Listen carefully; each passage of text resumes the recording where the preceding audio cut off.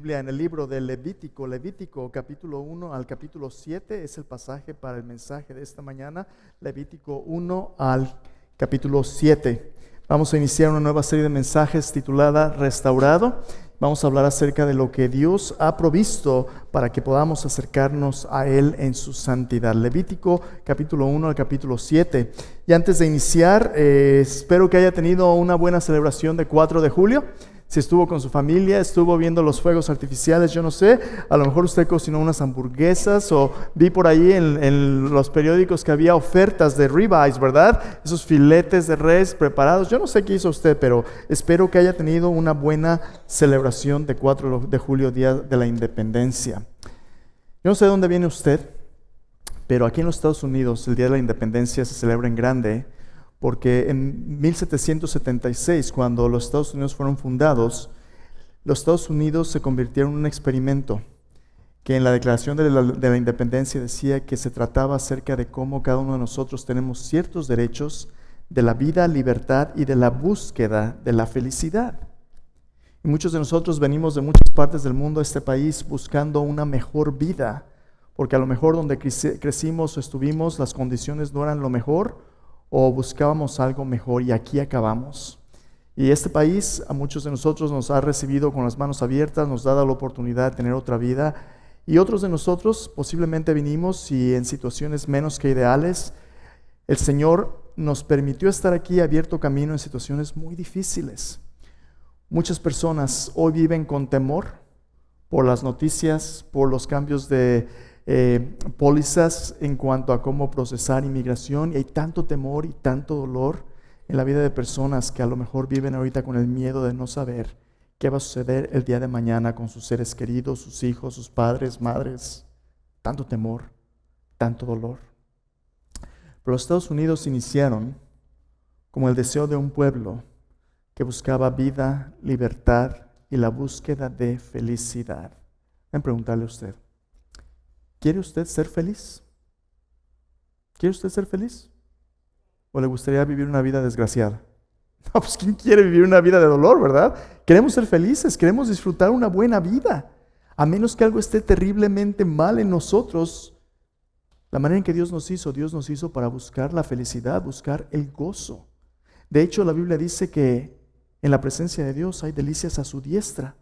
El gozo le pertenece a Dios. Dios nos hizo al principio para una vida buena, fructífera, abundante. Vivimos en un mundo que ya no es así. Se ha visto las noticias este fin de semana.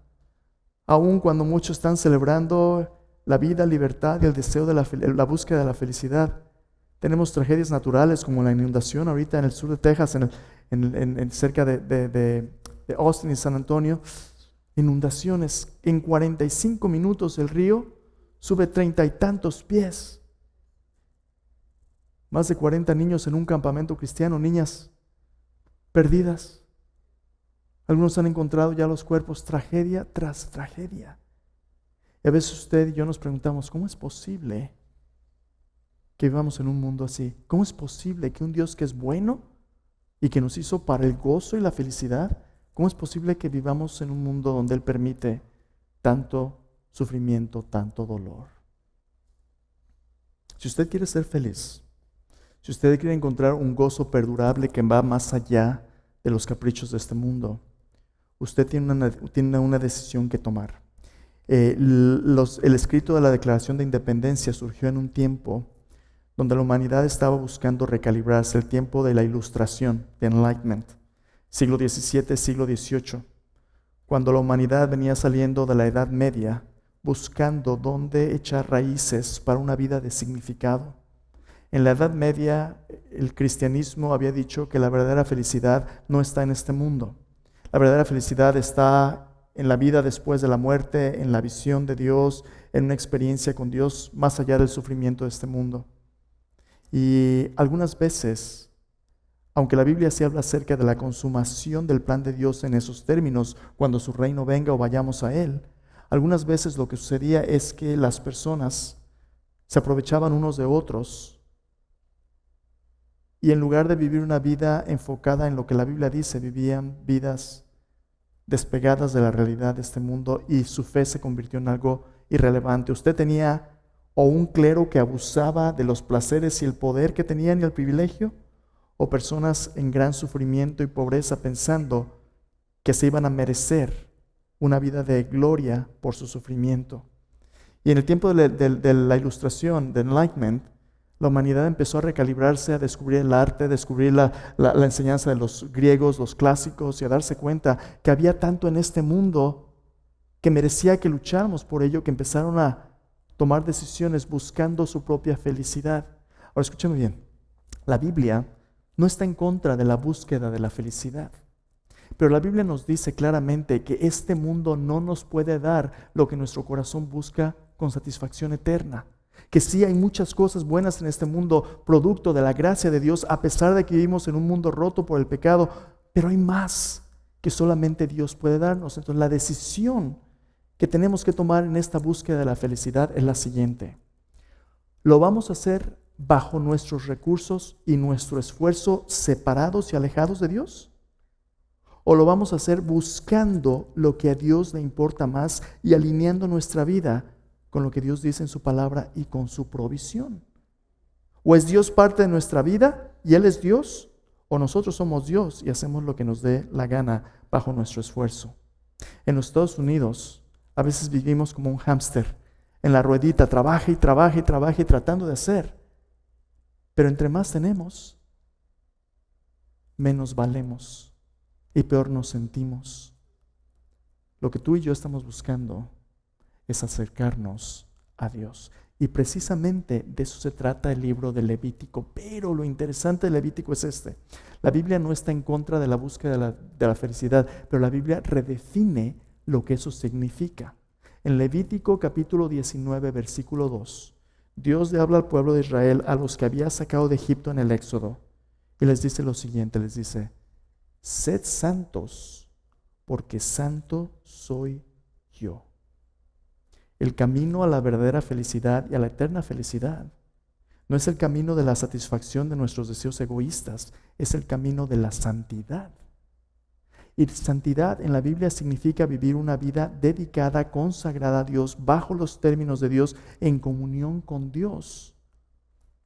Pero para aquellos que somos egoístas, para aquellos que, como en el incidente del becerro de oro, queremos reducir a Dios a nuestros apetitos y deseos, la santidad va a ser algo doloroso y potencialmente peligroso. El libro de Levítico, si usted ha tenido oportunidad de leerlo, es un libro difícil de leer. Es un libro con tantos reglamentos, ceremonias, detalles. Dice usted, hoy vamos a hablar de los primeros 7 capítulos, el sistema de las ofrendas. No lo vamos a leer con todo detalle. Yo le invito a que en su casa regrese y lo lea de nuevo porque son muchos detalles. Pero cuando usted lo lee, a veces uno se siente así como que, yo no puedo, esto es aburrido. Esto no tiene nada que ver conmigo. ¿Qué significa todo esto? Bueno, Dios le dio al pueblo de Israel esto porque Levítico es un libro de ley. La santidad de Dios es una expresión de su carácter justo y amoroso.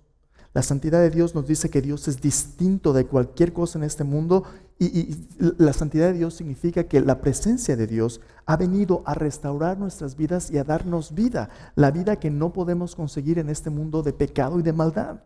Levítico nos va a hablar de la solución de Dios al problema más grande de la humanidad, la economía.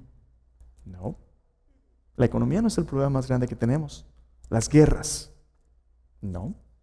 Los desastres naturales, no. Entonces, ¿cuál es el problema más grande que tenemos? La muerte. Y la raíz de la muerte, el pecado. El pecado, ¿sí? El pecado en la Biblia es el problema más grande de la humanidad, porque la paga del pecado es muerte y el pecado nos separa de Dios, quien es nuestra vida. Tú y yo normalmente ni nos acordamos del pecado. En este mundo pensamos de la economía, los desastres naturales. Mira, déjame darte un ejemplo. Ya te conté la semana pasada, si estuviste aquí, te conté que en la casa tuvimos una inundación.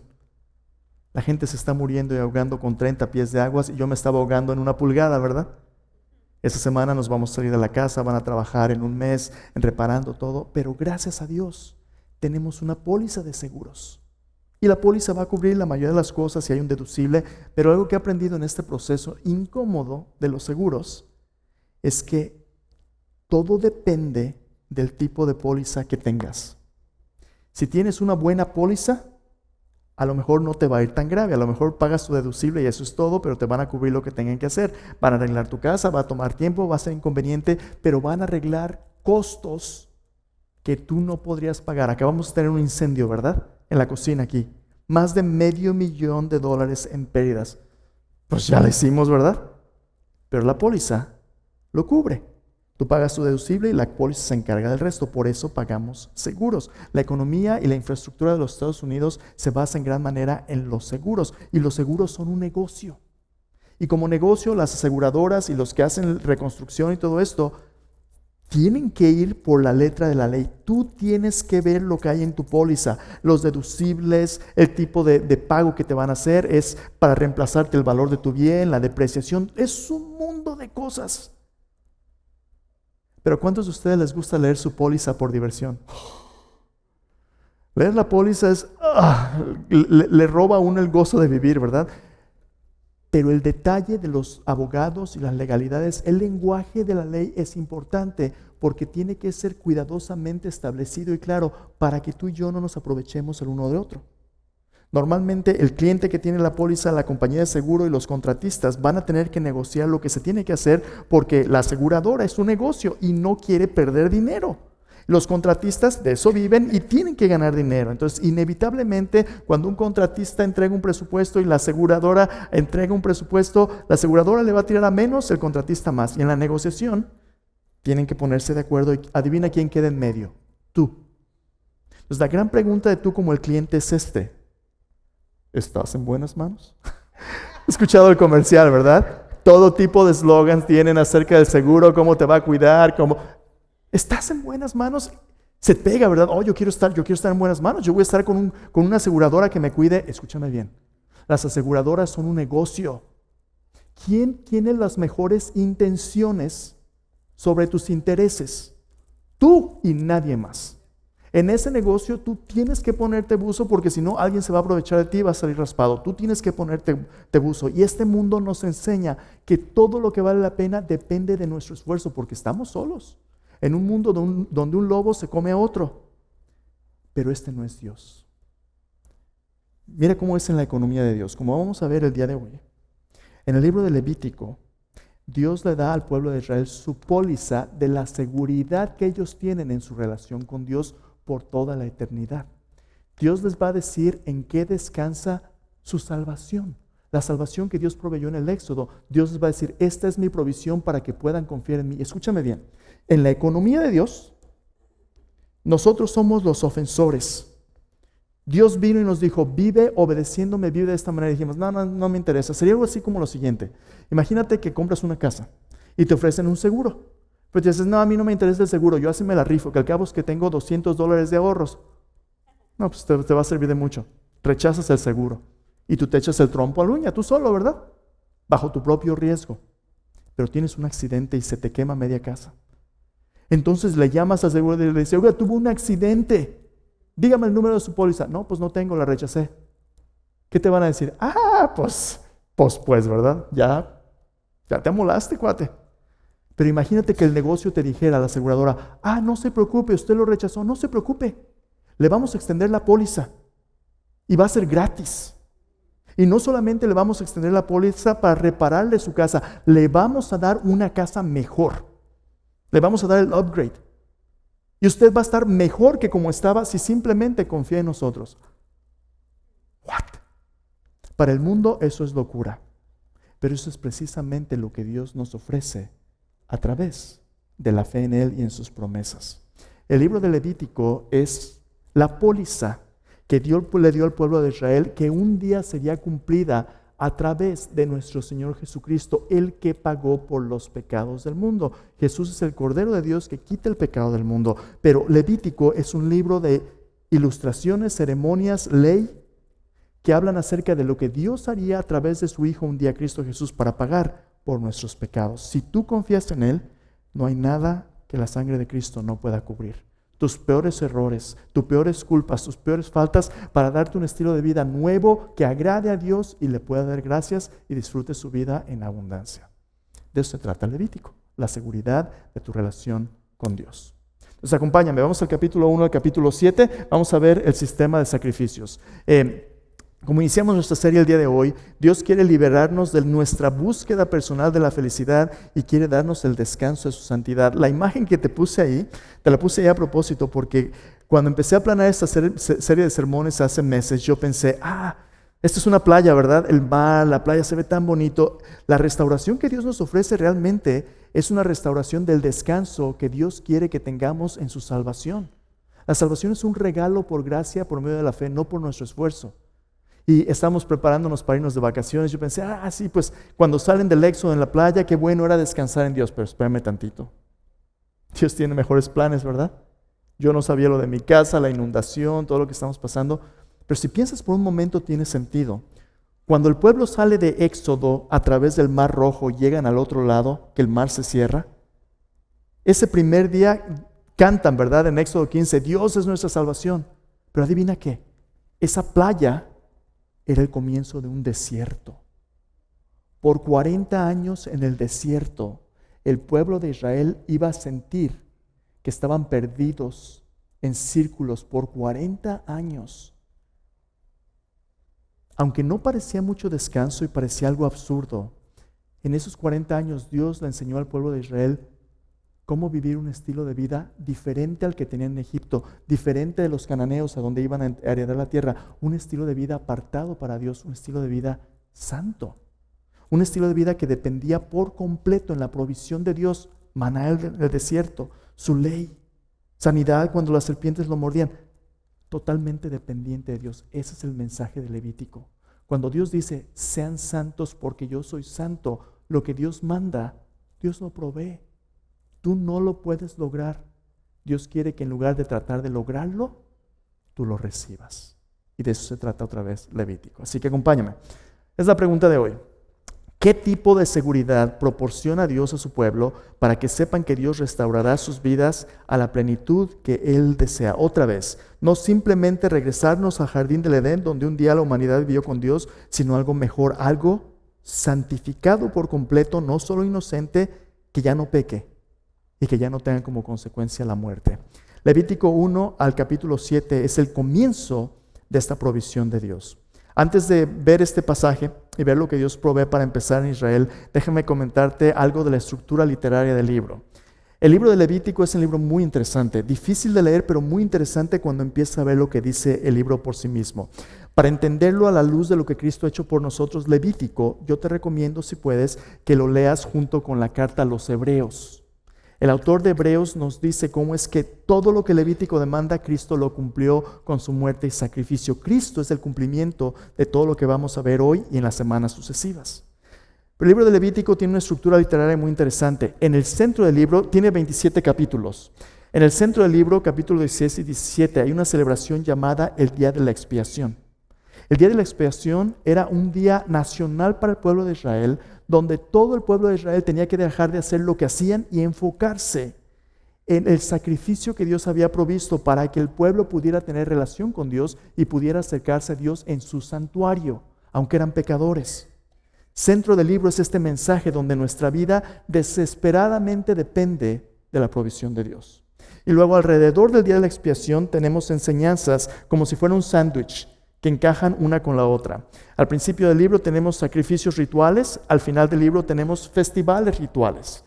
Luego tenemos cómo el sacerdocio es ordenado y luego las calificaciones del sacerdocio, lo que se requiere para ser sacerdotes, pureza ritual y pureza moral. El día de hoy vamos a iniciar viendo la celebración de los sacrificios rituales porque esos sacrificios eran el fundamento de todo lo que pasa en el resto del libro. Escúchame bien. Sin un sacrificio vicario, un sacrificio que tome nuestro lugar, tú y yo no podemos acercarnos a Dios. Tú y yo merecemos absolutamente nada más que la muerte. Pero Dios ha provisto de alguien para morir por nosotros, para que podamos vivir para Dios. De eso se tratan los primeros 7 capítulos. Acompáñame entonces. Capítulo 1, Levítico 1. Vamos a ver lo siguiente. Vamos a hablar hoy de la seguridad de la salvación que Dios provee para su pueblo. Vamos a ver que la seguridad de la salvación de Dios se basa en su misericordiosa provisión vivificante mediante la expiación sustitutiva. ¿What? Expiación sustitutiva. ¿Qué? Expiación significa reconciliar, perdonar el pecado, cubrir el pecado. Expiación sustitutiva significa que alguien paga por nuestros pecados en nuestro lugar. En otras palabras, Dios quería que el pueblo de Israel se diera cuenta que los sacó de Egipto y les dio una nueva vida, no por sus buenas obras, sino por las de Dios, lo que Dios había hecho por ellos. Los primeros 7 capítulos de Levítico que vamos a ver a grandes rasgos, Dios le da al pueblo de Israel 5 ofrendas, las puse ahí en tus notas. 5 ofrendas que hablan acerca de cómo el pueblo se podía acercar a Dios. 3 de estas ofrendas son una expresión de acción de gracias y de adoración. Las primeras 3 ofrendas representan una vida que ha recibido la provisión de Dios y ahora vive para Él basado en el sacrificio vicario sustituto del Cordero de Dios. Las primeras 3 ofrendas. La ofrenda, el holocausto, la ofrenda quemada, la ofrenda de oblación o una ofrenda de grano y la ofrenda de reconciliación o de paz. 3 ofrendas primero, acción de gracias. Las segundas, la cuarta y quinta ofrenda, las otras 2 tipos de ofrendas son la ofrenda por el pecado y la ofrenda por la culpa. Las primeras 3 ofrendas, vez tras vez, como vamos a ver en capítulo 1, 2 y 3, cada una de esas ofrendas, dice, eran un olor fragante, un olor grato a Jehová. Las otras 2 ofrendas, ofrenda por el pecado y por la culpa, no eran una ofrenda de olor grato a Jehová. Era una ofrenda para remediar el pecado de aquellos que, aunque ya tenían fe en Dios, todavía no estaban completamente santificados o perfeccionados. Voy a preguntarte antes de verlas, ¿se parece a nuestra experiencia? Se parece mucho, ¿verdad? Tú y yo, nuestra salvación no se basa en nuestro esfuerzo personal. Se basa en la provisión de Dios, porque la paga del pecado es muerte, pero el regalo de Dios es vida eterna en Cristo Jesús, Señor nuestro. Romanos 6:23 nos dice. Efesios 2:8 al 10 nos dice, porque por gracia gratuitamente somos salvos, por medio de la fe. Esto no es de nosotros, es un don de Dios, un regalo de Dios, no por obras para que nadie se enorgullezca. Las primeras 3 ofrendas nos muestran cómo la vida que se vive para Dios es una vida de gratitud y amor a Dios por lo que Él ha hecho por nosotros. Vamos a verlas con poquito detalle. Entonces ven conmigo capítulo 1. Mira cómo comienza el libro de Levítico, bien importante. Dice, capítulo 1, versículo 1. Llamó Jehová a Moisés y habló con él desde el tabernáculo de reunión, diciendo, habla a los hijos de Israel y diles. Antes de ir adelante, quiero que veas qué importante es este versículo.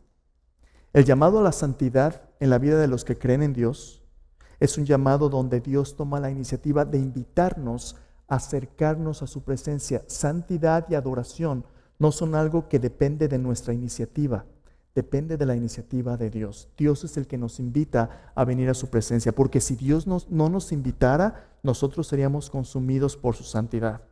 Mira cómo acaba, por ejemplo, Éxodo, al final de Éxodo. Éxodo, el último capítulo 40, versículo 36. Mira cómo termina Éxodo, dice, cuando la nube se alzó, capítulo 40, versículo 34, 34 dice, entonces una nube cubrió el tabernáculo de reunión, la gloria de Jehová llenó el tabernáculo, y no podía Moisés entrar en el tabernáculo de reunión, porque la nube estaba sobre él y la gloria de Jehová lo llenaba. ¿Te fijaste? Éxodo capítulo 40, ya Dios ha puesto el tabernáculo, ha renovado el pacto, pero aún así el pueblo no puede entrar a la gloria de Dios, ni Moisés.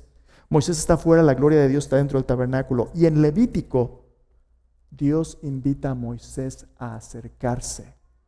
Pero ¿cómo se va a acercar Moisés? Esos son los primeros capítulos. Se va a acercar él y el pueblo de Israel por medio de las ofrendas que Dios ha provisto. Dios ha hecho un camino para acercarse a Él, pero no es el camino ni de tus buenas intenciones ni de tus buenas obras, es el de su provisión y del sacrificio del Cordero de Dios.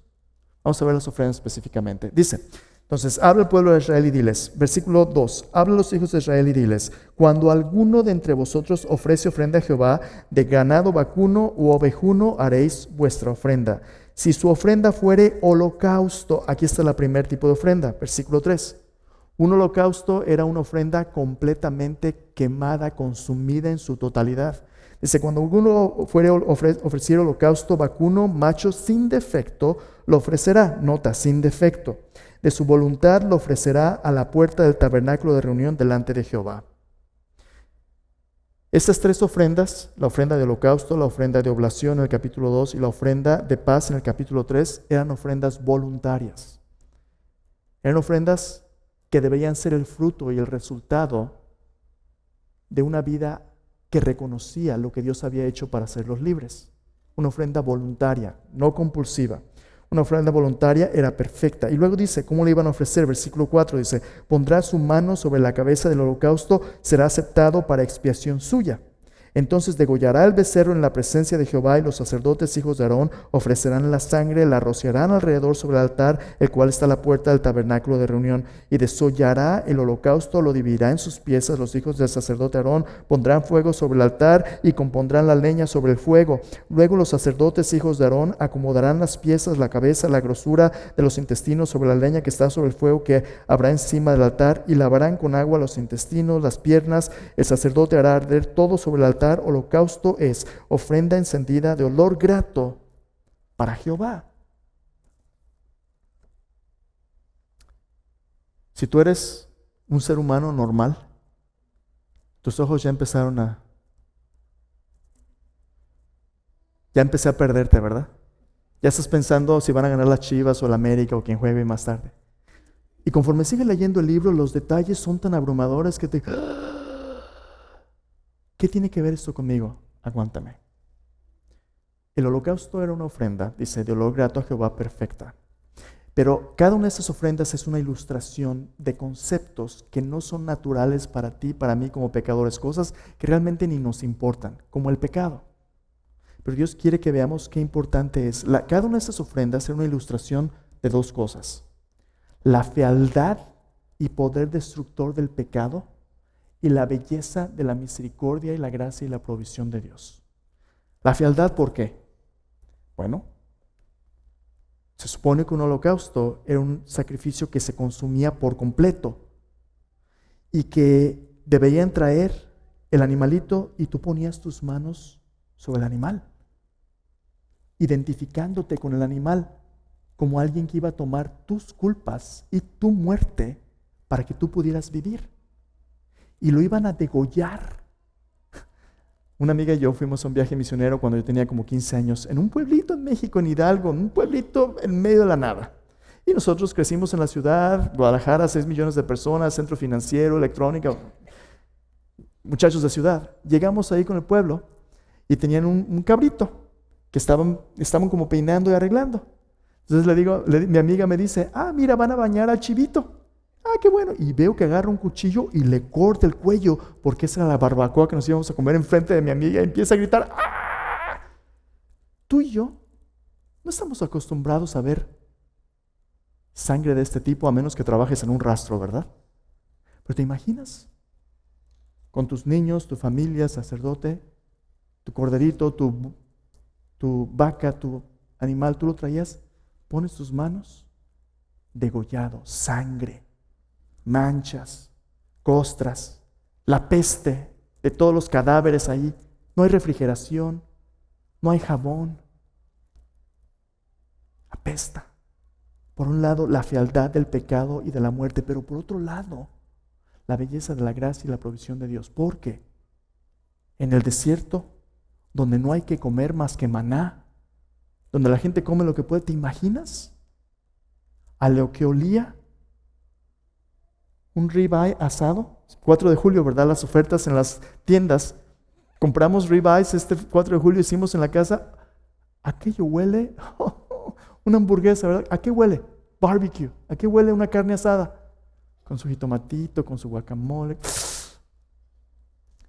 Los sacrificios, muchos de ellos eran comidas, donde el sacerdote, donde el que presentaba la ofrenda, se sentaban a comer juntos La carne de esta víctima, que ahora era su sustento, era un banquete. En una cultura agraria donde no había nada, en un desierto, Dios quería que el pueblo entendiera que Dios era un Dios que abría su mesa para que tú te sentaras a un banquete con Él, para que tú tuvieras comunión con Él. Y la primera ofrenda, una ofrenda completamente quemada, consumada a Dios, era una ilustración de una vida completamente entregada a Dios, sin reservas. Todo el holocausto de la ofrenda quemada era consumido.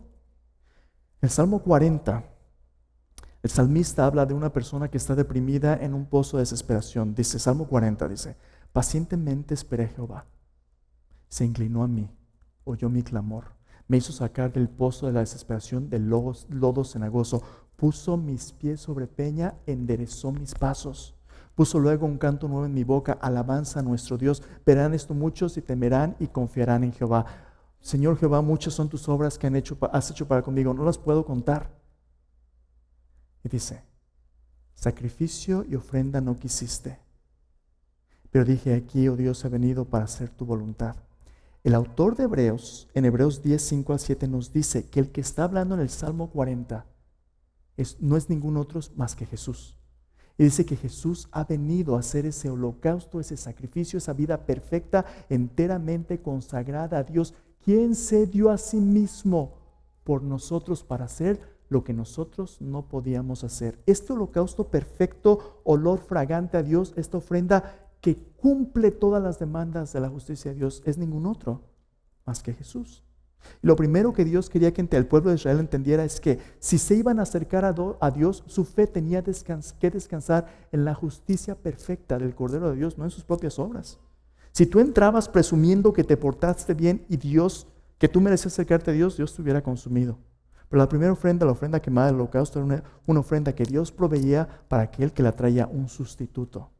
Pero hay más. Mira la segunda ofrenda, capítulo 2. Los detalles tú los puedes leer en tu casa porque hay tanto más que ver, pero en grandes rasgos, capítulo 2, segunda ofrenda dice, cuando alguna persona ofreciere oblación a Jehová, su ofrenda será de flor de harina, sobre la cual echará aceite y pondrá sobre ella incienso. Los traerá los sacerdotes, hijos de Aarón, y de ella tomará el sacerdote un puño lleno de la flor de harina de aceite con todo el incienso, lo hará arder sobre el altar para memorial, ofrenda encendida, es de olor grato a Jehová. Y lo que resta de la ofrenda será de Aarón, de sus hijos, es cosa santísima de las ofrendas que se queman para Jehová. La primera ofrenda, una ofrenda quemada, era una ofrenda que hablaba acerca de esa provisión de Dios, esa vida dedicada y completamente obediente. Pero la segunda ofrenda, por cierto, esta palabra para la ofrenda del capítulo 2 es una palabra antigua.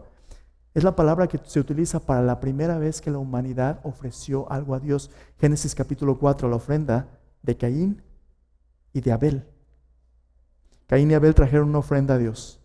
Uno del producto de la tierra, otro de sus ovejas. Abel las ovejas, Caín la tierra. Dios rechaza a Caín, acepta a Abel. La pregunta es, ¿por qué? Bueno, ambos traían una ofrenda y esta palabra ofrenda, oblación, podría traducirse como un tributo a Dios. Esta ofrenda representa y habla del fruto de tus obras como un tributo a Dios.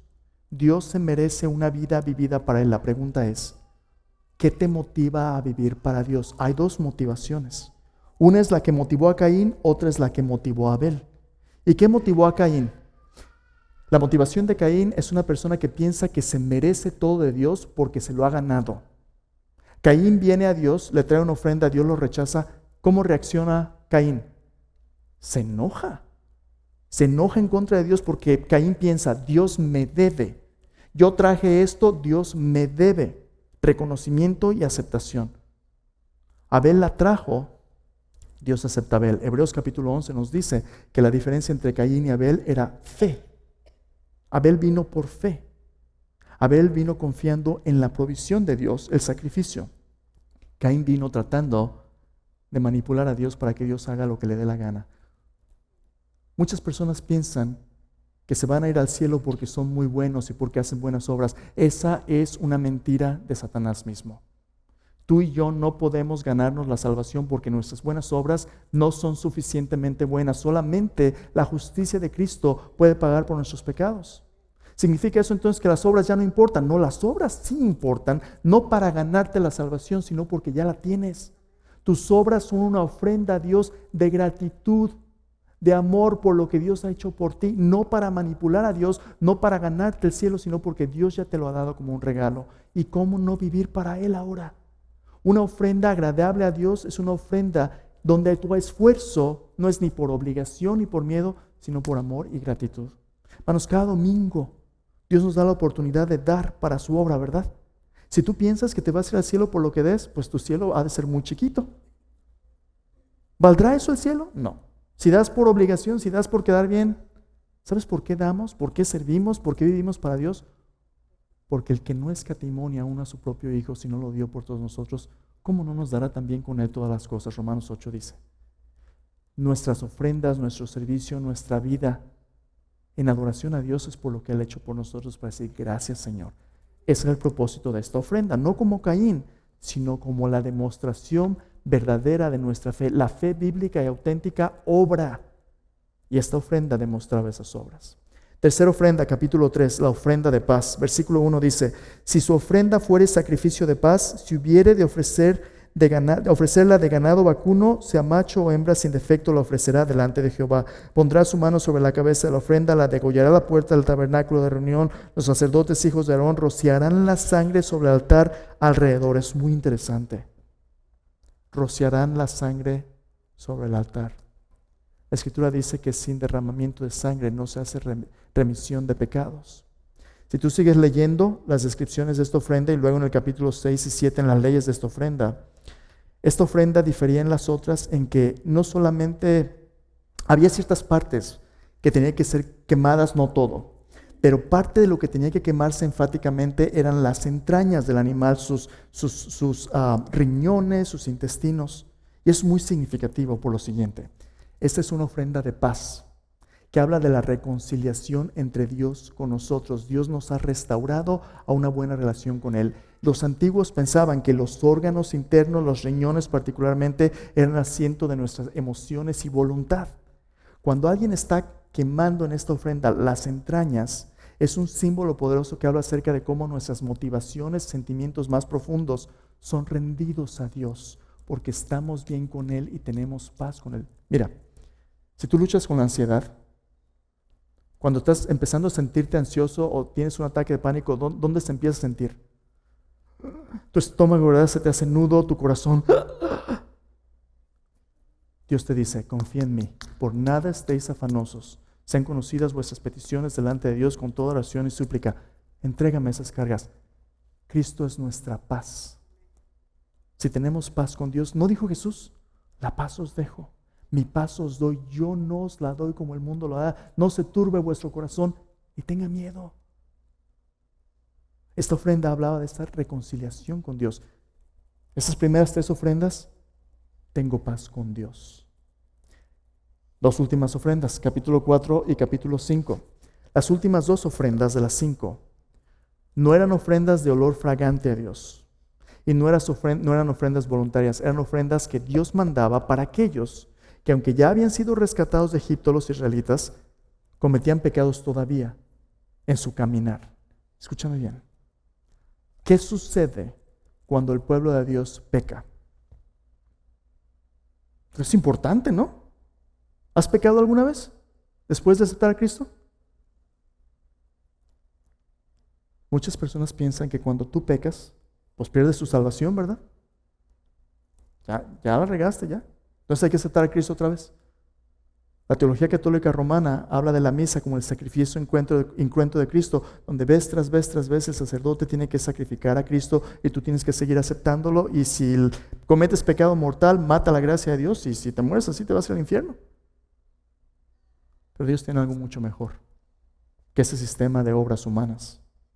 Lo que Dios le da a los israelitas es una enseñanza acerca de cómo el sacrificio que Dios ha provisto también provee para el pecado del creyente.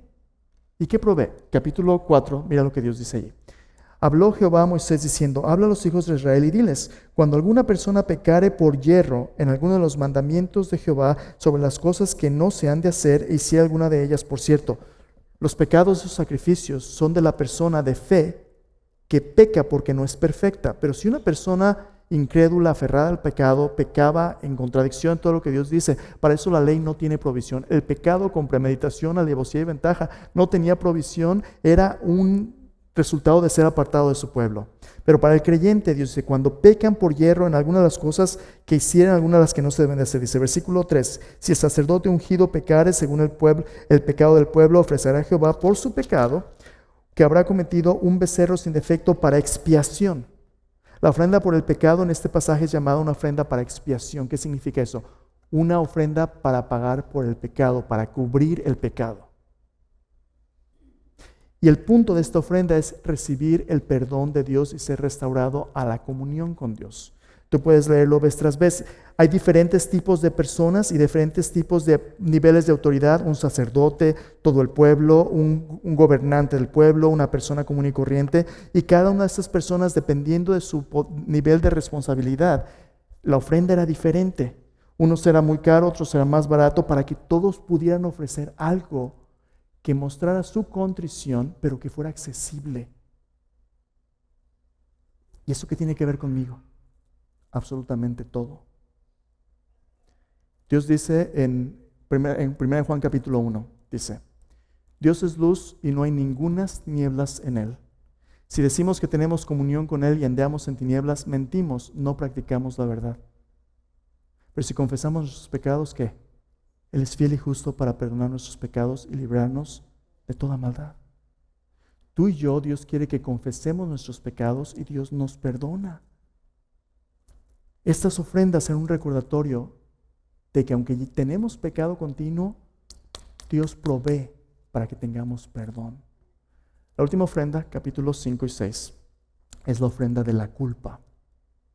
Cuando tú pecabas, no solamente ofendiendo a Dios, sino defraudando a tu prójimo, especialmente en cuestiones económicas.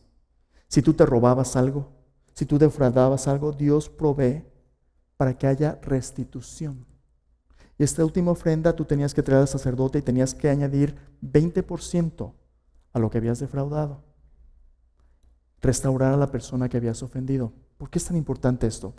Porque la restauración cuando pecamos afecta a Dios, pero también afecta a otros. Si tú defraudas a alguien, Dios quiere que estés bien con Dios, pero también con tus semejantes. Y esa es la provisión que Dios le dio al pueblo. Gracias por aguantarme. Este es un buen de información, pero hoy te estás comiendo un bistec, ¿verdad? Hoy no es una botana, hoy estás entrándole. Dios te invita a acercarte dentro del tabernáculo donde Dios te está esperando con un banquete. ¿Y qué demanda esto de mí? Bueno, esto es lo que Dios te ofrece.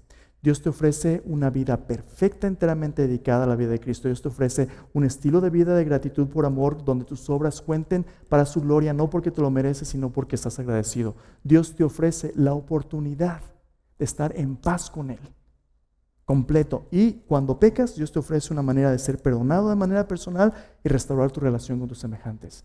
Así puedes empezar a andar en santidad, no por tu esfuerzo, sino por lo que Cristo hizo por nosotros. La pregunta es, ¿qué se requiere para vivir así? Una sola cosa que Dios demanda, y es que tú le creas. Es fe. El justo por la fe vivirá. Lo que Levítico demandaba de las personas es que simplemente se acercaran haciendo lo que Dios había instruido. Que tú le creyeras. ¿Sabes por qué? Porque esta fe es lo que te permite tener la disposición de confiar en sus promesas y vivir en consecuencia de ellas. Es lo que Dios espera de nosotros.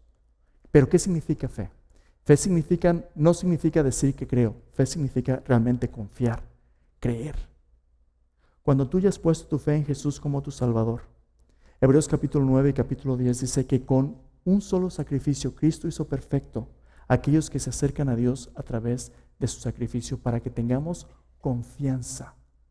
Podemos entrar al trono de su gracia con confianza. Déjame preguntarte, ¿estás en buenas manos? Salmo 31. Salmo 31. Nos dicen qué manos quieres estar. Acompáñame, voy a cerrar con eso. Salmo 31. Es el salmo que Jesús tiene en mente cuando está en la cruz muriendo. En el Salmo 31, en medio de esta vida tan rota y tan destructiva, el Señor Jesús nos dice, ¿Por qué puedes confiar en el sacrificio sustituto de su vida por la nuestra? Salmo 31 dice, versículo 1, en ti, oh Jehová, he confiado, no sea yo confundido jamás. Líbrame en tu justicia. Inclina a mí tu oído, líbrame pronto. Sé tú mi roca fuerte y fortaleza para salvarme. Porque tú eres mi roca y mi castillo, por tu nombre me guiarás y me encaminarás. Sácame de la red que han escondido para mí, pues tú eres mi refugio. En tu mano encomiendo mi espíritu. ¿Te fijaste? Tú me has redimido, Jehová, Dios de verdad. No hay mejores manos para encomendarte que las manos de Dios. Porque aún Jesús mismo al morir en la cruz, así es como terminó su vida, dijo, Padre, en tus manos encomiendo mi espíritu. La salvación, de principio hasta el fin, es la obra de Dios. Estás tú en sus manos.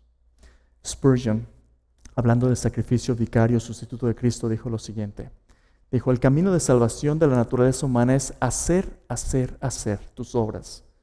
Pero el camino de la salvación de Dios es hecho, todo está hecho. Así muere Jesús. Hecho está, consumado es, pagado. Solo tienes que confiar por fe en la expiación que Cristo realizó en la cruz para tener su salvación. Consumado es. Oremos. Al venir a la mesa, tú y yo venimos a un banquete donde Dios ha provisto ya para nuestra salvación. A lo mejor ahí en tu lugar tú has pensado esto desde hace mucho tiempo, pero no has recibido por fe esa salvación como un regalo.